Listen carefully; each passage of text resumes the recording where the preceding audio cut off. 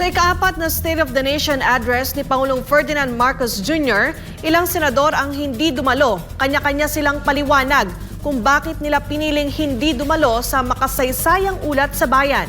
Narito ang report ni Ina Mortel. Hindi dumalo sina Senator Amy Marcos, Senator Robin Hood Padilla, Senator Ronald Bato de la Rosa at Senator Christopher Bongo sa SONA ni Pangulong Bongbong Marcos Jr. ngayong taon. Sa kabila ng kanilang hindi pagharap sa taunang ulat sa bayan, idiniin ng mga senador ang kani-kanilang paninindigan at mas agarang tungkulin para sa bayan. Sa isang press conference matapos ang pagbubukas ng unang regular session ng 20th Congress, ipinaliwanag ni Senator Amy Marcos na mas pinili niyang tumutok sa relief operations para sa mga nasalanta ng mga nagdaang bagyo. Para sa akin, ako personally, talagang ayoko pumunta kasi may napakaraming dapat gawin na para sa akin, urgent and important. Pupunta ako sa ilang school building at schoolhouses kung saan yung mga bata nag-iintay ng pagkain, ng school supplies na nasira. Pupunta na lamang ako doon. Naka-schedule kasi yun eh. Ayon sa senadora, bahagi rin ng kanyang desisyon ang pakikiisa sa Duterte Bloc, isang grupo ng mga kaalyadong senador ni na dating Pangulong Rodrigo Duterte na una nang nagpahayag ng hindi pagdalo sa SONA. Sa panig naman ni Senator Ronald Bato de la Rosa, tahas ang sinabi nitong mas piniling huwag dumalo upang maiwasan ang anyong pagpaplastikan. Samantala, naglabas din ng pahayag si Senator Robin Hood Padilla. Anya, hindi ito usapin ng politika o personal na galit, kundi isang anyo ng paninindigan at pagmamahal sa bayan.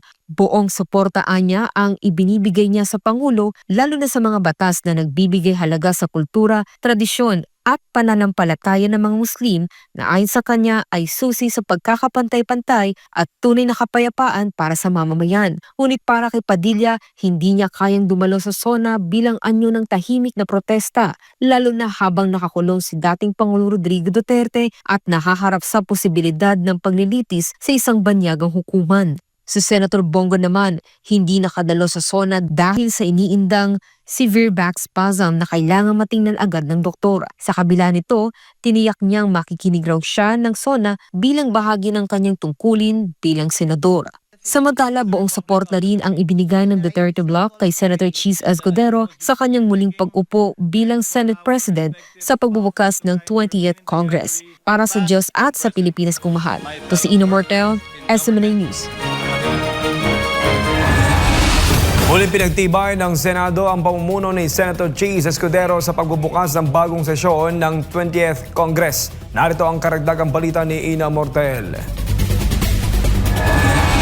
Having been elected to the position of Senate President, Natuldukan na ang usapin kung sino ang mamumuno sa Senado sa pagbubukas ng 20th Congress. Sa boto 19-5, muling pinagkatiwalaan si Senate President Francis Cheese Escudero na pamunuan ang mataas na kapulungan. Nakuha ni Escudero ang tiwala ng karamihan sa kanyang mga kasamahang senador sa botohan na isinagawa ngayong unang araw ng session. Kabilang sa mga boboto, pabor sa kanya sina Senator Joel Villanueva, Senator Win Gatchalian, Senator Ronald Bato de la Rosa, Senator Bam Aquino, Senator Erwin Tulfo, Senator Pia Cayetano, Senator Alan Cayetano, Senator Jinggoy Estrada, Senator JV Ejercito, Senator Bongo, Senator Lito Lapid, Senator Rodante Marcoleta, Senator Amy Marcos, Senator Robin Padilla, Senator Francis Pangilinan, Senator Raffy Tulfo, Senator Camille Villar at Senator Mark Villar.